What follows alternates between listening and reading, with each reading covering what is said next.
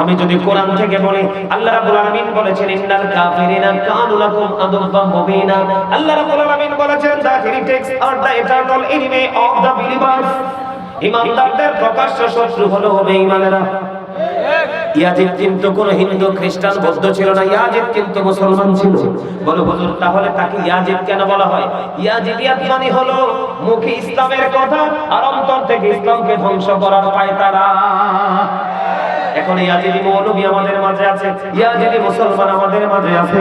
দেখবেন জুমার দিনে 2 রাকাত ফরজ করে বের হয়ে যায়, সুন্নাত নফলের ধার ধারে না আছে না নাই? বন্ধুরে আমার, আমি আমার দিকে তাকান। ইয়াজিদের কাজ হলো তিনি দিনের বেলা বাদল নাচাতো, রাত্র যখন হতো মদের আসর তিনি বসাতেন, অসৎ নারীদেরকে নিয়ে নাচ গানের আয়োজন করতেন। জোরে জোরে বলেন না নাউজুবিল্লাহ। আপনি বলেন, যিনি মদ পান করে কি করে? ইমাম আযম আবু হানিফা রাহমাতুল্লাহি আলাইহি তিনি বলেছেন, তোমরা যখন কোন ব্যক্তিকে মদ পান করতে দেখবা তাকে তোমরা 80টা দৌড় মারো, কারণ মদ পান করার পরে মানুষ সেন্সলেস হয়ে যায়, বিবেকটা বিকৃত হয়ে যায়। এই জন্য আমি আপনাদেরকে বলে দিতে চাই, যেই ব্যক্তিটা মদ পান করে, আর মদ পান যারা করে, যারা মদকে নানা মদকে হারাম বলে ঘোষণা দিয়েছেন, তারা কি এক হতে পারে? জিনা ব্যভিচার যে করে থেকে এক হতে পারে? বন্ধুরে আমার, আর একজন মুসলমানের উপদেষ্টা কোনদিন কোন ইহুদি হতে পারে না। যেই দেশে মুসলমানের উপদেষ্টা হবে ইহুদি, বেঈমান কাফের মুশরিকেরা, ও বন্ধু, তাদের কোনো অস্তিত্ব থাকবে না। এটা হলো 61 হিজরির ঘটনা। আমি আরো বলবো, এখান থেকে বের হয়ে আমি একটু 63 হিজরি ঘুরে আসি। ইয়াজিদকে পরিচয় করিয়ে দেওয়ার জন্য আমাদের দেশে দেখবেন কারবালার মাস আসলে, মুহররমের মাস আসলে দেখবেন ইমাম হাসান হুসাইনের আলোচনা হয় না, তারা আলোচনা করে ইয়াজিদের। আমি নিজে কানে শুনেছি, বড় একজন পীর সাহেব ইনি বলতেছে, হযরত ইয়াজিদ নাকি দৈনিক 100 রাকাত নফল নামাজ পড়ছে। জোরে বলুন আলহামদুলিল্লাহ। ইয়াজিদ নাকি বন্ধু কোরআনে হাফেজ ছিল। বন্ধু, আপনার নামাজ এবং কোরআনে হাফেজ জীবনের জন্য শর্ত নয়। কথা কয় না কেন? নামাজ পড়লেন, কোরআন শরীফ পড়লেন, কিন্তু ঈমান ঠিক রাখলেন না, রাসূলকে ভালোবাসলেন না, লাভ হবে না। 61 হিজরিতে কারবালা হয়েছে, 63 হিজরিতে বন্ধু তারা কি করেছে? ওই যে বললাম মসজিদে নববীর মধ্যে হাজার ঘটনা ঘটিয়েছে। আমার দিকে তাকান, 100 ওই 63 হিজরিতে জিলহজের চাঁদের 27, 28, 29 তারিখ, 27, 28, 29 তারিখ, এই 3 দিন মসজিদে নববীর মধ্যে কোন বন্ধু আযান দিতে দেয়নি, নামাজ পড়তে দেয়নি। হাজার ঘটনা ঘটেছিল। এই 3 দিন মদ খাওয়া, জিনা করা, ব্যভিচার করা, যত ধরনের নোংরা কাজ তারা সব বৈধ বলে ঘোষণা দিয়েছিল। জোরে জোরে বলেন না নাউজুবিল্লাহ। ইয়াজিদ বাহিনীর তাণ্ডবে তৎকালীন সময়ে 1000-এরও বেশি মহিলা অবৈধ সন্তান প্রসব করেছে। এত আস্তে বললেন নাউজুবিল্লাহ। আপনারা কি ক্লান্ত হয়ে যাচ্ছে? একটু ধৈর্য ধরে শোনেন, আমি মূল কথাগুলো আপনাদের সামনে তুলে ধরবো। যেইভাবে আপনার কাঠমোল্লা বের হয়েছে, না হলে আপনারা ঈমান নিয়ে বেঁচে থাকতে পারবেন না। আপনারা যদিও কোন রকম বেঁচে যান, আপনাদের পরবর্তী প্রজন্ম বাঁচতে পারবে না। এই জন্য রাসূল বলেছেন, তোমরা তোমাদের সন্তানদেরকে নবীর প্রেম শিখাও, নবীর পরিবারের প্রেম শিখাও, এবং কোরআন বোঝা, কোরআন তেলাওয়াত শিখাও। আর জোরে বল সুবহানাল্লাহ। 63 হিজরিতে বন্ধু 1000-এরও বেশি মহিলা অবৈধ সন্তান প্রসব করেছে। 700 সাহাবীকে অতর্কিতভাবে হত্যা করেছে। 10,000-এরও বেশি মদিনার সাধারণ মানুষকে বন্ধু হত্যা করেছে।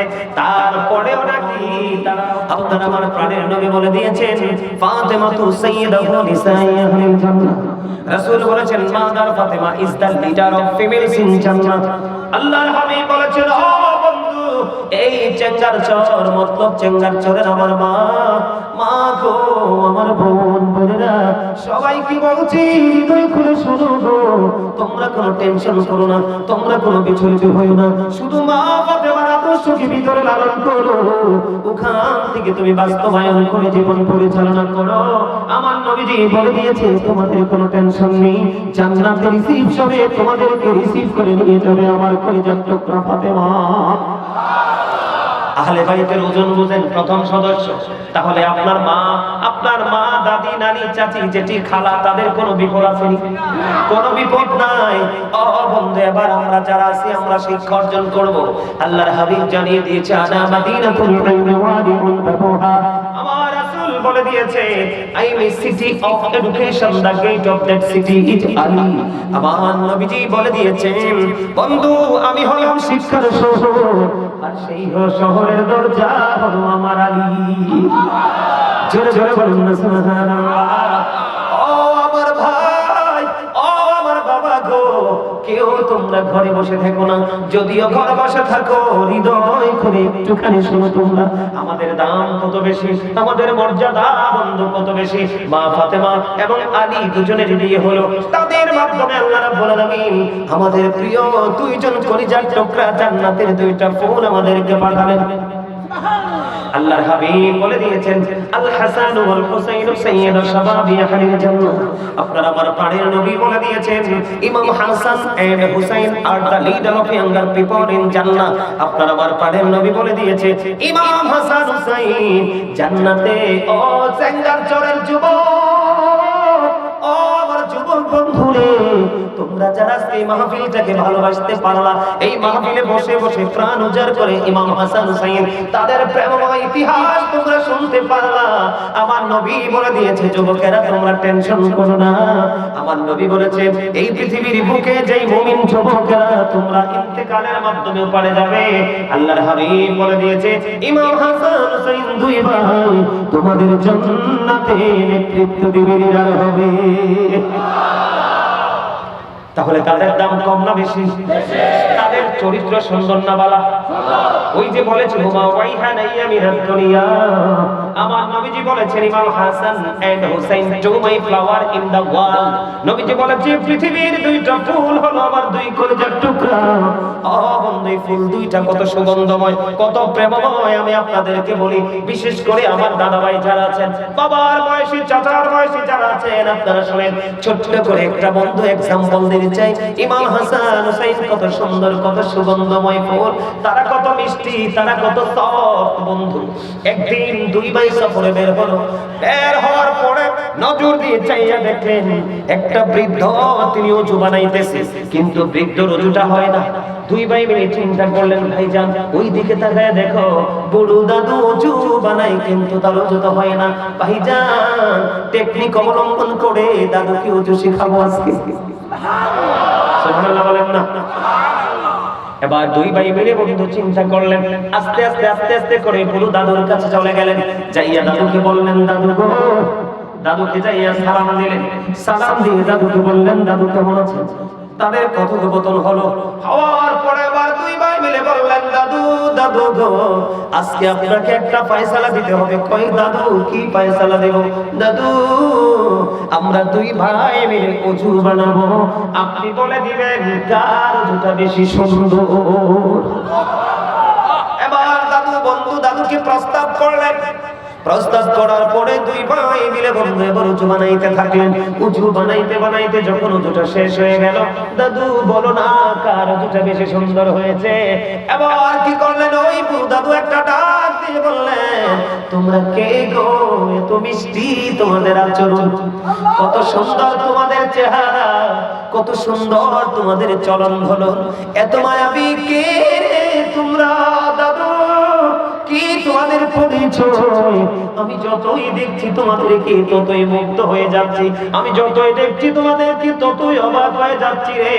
কি তোমরা পরিচয়? তোমরা কে?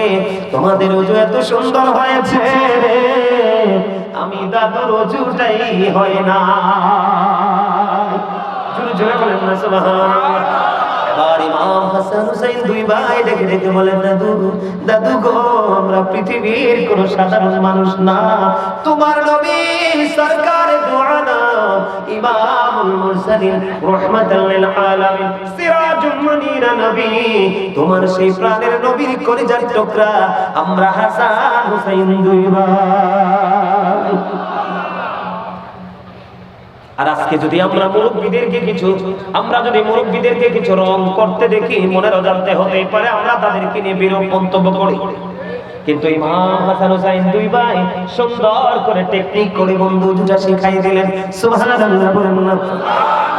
এমন একজন আদর্শবান, এমন একজন গুড ক্যারেক্টার সম্পূর্ণ পারসন, কোনদিন বন্ধু কোনদিন অন্যায়ের কাছে আপোষ করতে পারে না, অন্যায়ের কাছে মাথা নত করতে পারে না। আপনারা অনেকেই জানেন না 61 হিজরিতে কেন কারবালা হলো। 3 দিন পর্যন্ত ফুরাত নদীর পানি বন্ধ, তারপরেও কেন হুসাইন পিছনে গেল না, তারপরেও যুদ্ধের ময়দানে দিকে বন্ধু দৌড়াইতে থাকলো। এটার কারণ কি? এটার কারণ হলো সত্য এবং মিথ্যার পার্থক্য করার জন্য।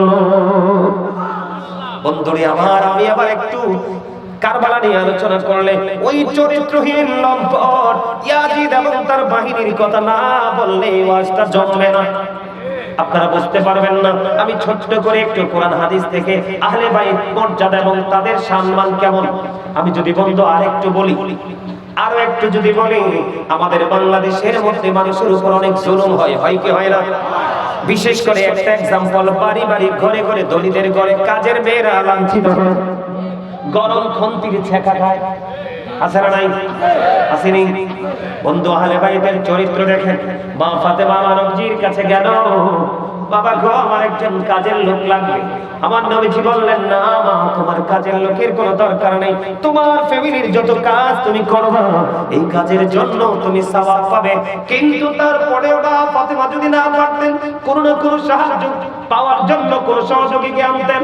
আল্লাহর হাবিবের কন্যা যাকে নবীজি উম্মে হাবিবা বলে ডাকতেন, যখন কাজের লোককে দিয়ে কোনো সময় কাজ করাতেন তিনি তাকিয়ে থাকতেন কাজের লোকটার কষ্ট হয় কিনা। যদি দেখতো কাজের মহিলার কষ্ট হয়, মা কা তুমি জান্নাত ফাতেমা বলতো, তুমি একটু বিশ্রামে যাও, তুমি একটু বিশ্রাম করো, তুমি একটু ঠান্ডা হও। উনি বিশ্রাম করতেন, মা ফাতেমা কাজটা শুরু করতো। মা ফাতেমা যখন কাজে আর একটু ক্লান্তি বোধ করতো, কাজের লোক তখন থেকে কাজ করত। এই হলো মা ফাতেমার চরিত্র। অসংখ্য নিয়ামতের খবর আছে বন্ধু, এর মধ্যে একটা বেশি আমাদের বাংলাদেশে বেশি চলে, এই জন্য এটা বললাম। এখন আমাদের দেশে মদ গাঁজা আছে না নাই? মানুষ খায় কি খায় না? মদ কি হারাম না হালাল? আল্লাহ কোরআনে বলেছে, ইন্নামাল খামরু ওয়াল মাইসিরু ওয়াল আনসাবু ওয়াল আজলামু রিজসুম মিন আমালিশ শাইতান। মদ, জুয়া, মূর্তি, ভাগ্য গণনা, ঘৃণ বস্তু শয়তানের কাজ। বন্ধু বাবার দিকে তাকান, হযরত আলী রাদিয়াল্লাহু তাআলা ইমাম হাসান হুসাইনের বাবা, তিনি বলে দিয়েছেন কোন দরিয়ার মধ্যে যদি একটা ফোঁটা মদ পড়ে, এই দরিয়ার পানি যদি শুকাইয়া এখানে ঘাস জন্ম হয়, আমি কোনদিন আমার পশুকে সেই ঘাস খাওয়াবো না। ওই দরিয়ার উপর যদি বিশাল বড় একটা মিনারা তৈরি করা হয়, আমি কোনদিন সেই মিনারায় দাঁড়িয়ে আযান দিব না। আর আপনার আমার এখন যদি মদ করুক, সুদ করুক, টাকা দিলে সব বৈধ, ঠিক না? এবং আমাদের দেশে অনেক ইমাম সাহেব আছে, আপনার মসজিদের মিম্বরে বইয়া কৌশলে সেক্রেটারি সভাপতির পা মেসেজ করে, কথা কয় আপনারা মিথ্যা। সভাপতি সেক্রেটারি যদি টাকা ওলা হয় না, এতে যেই চরিত্রের হোক না কেন এদের টিক মার দিয়ে দেয়, তো আরো উপরের দিকে উঠছে। যদি সমাজের ইমাম সাহেবরা, মসজিদের ইমাম সাহেবরা সুদখোর, ঘুষখোর, মরলে জানা যায় না যাইতো, তাদের দাওয়াতগুলো বয়কট করতো, তাহলে দেখতেন এই দেশ থেকে অন্যায় চলে যেত। আপনি জানেননি কিয়ামতের আগে মেদর, মুসি, কামার, কুমার, তাঁতি, জেলে সব ধরনের মানুষের চাইতে নিকৃষ্ট হবে আলেমরা। শুধু তারা তাদের সুবিধার দিকে হাঁটবে, সত্য মিথ্যার পার্থক্য করার টাইম থাকবে না, শুধু পকেট। এটা অলরেডি শুরু হয়ে গেছে, আপনাদের দিকে হয়েছে কিনা জানি না। খেয়াল করবেন, এগুলো হচ্ছে ইয়াজিদের চরিত্র। এগুলো কার চরিত্র? ইয়াজিদের চরিত্র। আর ইমাম হুসাইনের চরিত্র হলো সমাজ থেকে অন্যায় দূর করে দাও, অপরাধ করে দাও, কেউ মাথা ভাঙ্গা না। আমি যদি আপনাদেরকে বলি ইয়াজিদের চরিত্রের একটা নমুনা আপনারা দেখতে পেয়েছেন, বন্ধু ময়মনসিংহ মুর্শিদপুর দরবার শরীফ, কথা বলা দেখেন নাই? ইয়াজিদের চরিত্র হলো ওই চরিত্রটা। আমি আপনাদেরকে আজকে দলিল ভিত্তিক ইয়াজিদের চরিত্রটা কোরআন হাদিস থেকে তুলে ধরব। আপনারা জীবনে দেখছেন নি কোন মসজিদে আগুন দিতে? ও বন্ধু, ইয়াজিদ বাহিনী ওই 61 হিজরিতে মসজিদের মধ্যে, মসজিদে নববী, যেই মসজিদের মধ্যে এক রাকাত নামাজ পড়লে 50,000 রাকাতের সওয়াব পাওয়া যায়, ওই মসজিদে নববীর মধ্যে বন্ধু, ও বন্ধু, 3 দিন পর্যন্ত ঘোড়া রাস্তা বল বানিয়েছিল। এটার মধ্যে আযান দিতে দেয় নাই, নামাজ পড়তে দেয় নাই, ইকামত দিতে দেয় নাই। ও বন্ধু, ঘোড়া বেঁধেছিল, ওই জায়গাটাকে একেবারে নাফাক করে দিয়েছিল। আপনি দেখেন ওই 61 হিজরিতে যে ইয়াজিদ বাহিনী যে কর্মকাণ্ড করেছিল, ইয়াজিদ বাহিনীর প্রেতাত্মারা 2024 সালে এসে ওই ময়মনসিংহের মসজিদপুর দরবার শরীফে বন্ধু মসজিদে আগুন দিয়েছে, কোরআন শরীফ পুড়িয়ে ফেলেছে। ওখানে কোনো মাজার নাই, পীর সাহেব কেবলার বাড়ি করে সব কিছু লুণ্ঠন করে নিয়ে গেছে। আওয়াজ করে বলেন না নাউজুবিল্লাহ। আমি আপনাদেরকে বলি, এরপরে আমি আবার কারবালার মূল যে পয়েন্টে আমি সেখানে ধরবো। বন্ধুরে আমার, এবার একটু ইয়াজিদের চরিত্র সম্পর্কে জানার দরকার আছে। বন্ধুরে আমার, ইয়াজিদের বাবা ছিলেন আমির মুয়াবিয়া, তিনি একজন রাসূল প্রেমিক ছিলেন। আমি কারবালার ঘটনা অনেকবার দেখেছি এবং আজকেও দেখেছি। তিনি ইয়াজিদকে এটুকু পর্যন্ত বলে গিয়েছিলেন, তোমরা একটা কাজ করো, যদি ইমাম হুসাইনের সাথে রাসূলের আহলে বাইতের সাথে তোমার যুদ্ধ হয়, যদি কোনো কারণে তারা হেরে যায়, তোমরা তাদেরকে ক্ষমা সুন্দর দৃষ্টিতে দেখবা। সুবহানাল্লাহ বলেন না? এটা আমির মুয়াবিয়ার বক্তব্য ছিল বন্ধু। আপনারা আমার দিকে তাকান, হৃদয়ে জানালা বলে আপনারা সবাই শুনেন। ইয়াজিদের উপদেষ্টা ছিল তিনি, যার নাম ছিল শারজুন বিন মানসুর রুমি। খেয়াল করবেন, ইয়াজিদের উপদেষ্টা যিনি ছিলেন তার নাম ছিল শারজুন বিন মানসুর রুমি, যিনি ছিলেন বন্ধু একটা নেশাগ্রস্ত মানুষ, ইহুদি। আমি যদি কোরআন থেকে বলি, আল্লাহ রাব্বুল আলামিন বলেছেন ইন্নাল কাফিরিনা কানু লাকুম আদুওয়াম মুবিনা। আল্লাহ রাব্বুল আলামিন বলেছেন the heretics are the eternal enemy of the believers। ঈমানদারদের প্রকাশ্য শত্রু হলো বেঈমানেরা। ইয়াজিদ কিন্তু কোন হিন্দু, খ্রিস্টান, বৌদ্ধ ছিল না, ইয়াজিদ কিন্তু মুসলমান ছিল। বলো হুজুর, তাহলে তাকে ইয়াজিদ কেন বলা হয়? ইয়াজিদিয়াত মানে হলো মুখে ইসলামের কথা আর অন্তর থেকে ইসলামকে ধ্বংস করার পায়তারা। এখন ইয়াজিদি মৌলভী আমাদের মাঝে আছে, ইয়াজিদি মুসলমান আমাদের মাঝে আছে। দেখবেন জুমার দিনে 2 রাকাত ফরজ করে বের হয়ে যায়, সুন্নাত নফলের ধার ধারে না আছে না নাই? বন্ধুরে আমার, আমি আমার দিকে তাকান। ইয়াজিদের কাজ হলো তিনি দিনের বেলা বাদল নাচাতো, রাত্র যখন হতো মদের আসর তিনি বসাতেন, অসৎ নারীদেরকে নিয়ে নাচ গানের আয়োজন করতেন। জোরে জোরে বলেন না নাউজুবিল্লাহ। আপনি বলেন, যিনি মদ পান করে কি করে? ইমাম আযম আবু হানিফা রাহমাতুল্লাহি আলাইহি তিনি বলেছেন, তোমরা যখন কোন ব্যক্তিকে মদ পান করতে দেখবা, তাকে তোমরা 80টা দৌড় মারো, কারণ মদ পান করার পরে মানুষ সেন্সলেস হয়ে যায়, বিবেকটা বিকৃত হয়ে যায়। এই জন্য আমি আপনাদেরকে বলে দিতে চাই, যেই ব্যক্তিটা মদ পান করে, আর মদ পান যারা করে, যারা মদকে, যার নানা মদকে হারাম বলে ঘোষণা দিয়েছেন, তারা কি এক হতে পারে? জিনা ব্যভিচার যে করে থেকে এক হতে পারে? বন্ধুরে আমার, আর একজন মুসলমানের উপদেষ্টা কোনদিন কোন ইহুদি হতে পারে না। যেই দেশে মুসলমানের উপদেষ্টা হবে ইহুদি, বেঈমান কাফের মুশরিকেরা, ও বন্ধু, তাদের কোনো অস্তিত্ব থাকবে না। এটা হলো 61 হিজরির ঘটনা। আমি আরো বলবো, এখান থেকে বের হয়ে আমি একটু 63 হিজরি ঘুরে আসি। ইয়াজিদকে পরিচয় করিয়ে দেওয়ার জন্য আমাদের দেশে দেখবেন কারবালার মাস আসলে, মুহররমের মাস আসলে দেখবেন ইমাম হাসান হুসাইনের আলোচনা হয় না, তারা আলোচনা করে ইয়াজিদের। আমি নিজে কানে শুনেছি, বড় একজন পীর সাহেব ইনি বলতেছে, হযরত ইয়াজিদ নাকি দৈনিক 100 রাকাত নফল নামাজ পড়ছে। জোরে বলুন আলহামদুলিল্লাহ। ইয়াজিদ নাকি বন্ধু কোরআনে হাফেজ ছিল। বন্ধু, আপনার নামাজ এবং কোরআনে হাফেজ জীবনের জন্য শর্ত নয়। কথা কয় না কেন? নামাজ পড়লেন, কোরআন শরীফ পড়লেন, কিন্তু ঈমান ঠিক রাখলেন না, রাসূলকে ভালোবাসলেন না, লাভ হবে না। 61 হিজরিতে কারবালা হয়েছে, 63 হিজরিতে বন্ধু তারা কি করেছে?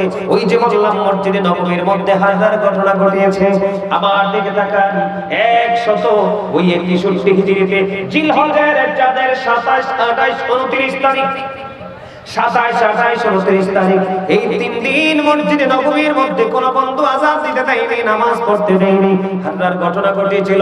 এই 3 দিন মদ খাওয়া, জিনা করা, ব্যভিচার করা, যত ধরনের নোংরা কাজ তারা সব বৈধ বলে ঘোষণা দিয়েছিল। জোরে জোরে বলেন না নাউযুবিল্লাহ। ইয়াজিদ বাহিনীর তাণ্ডবে তৎকালীন সময়ে 1000-এরও বেশি মহিলা অবৈধ সন্তান প্রসব করেছে।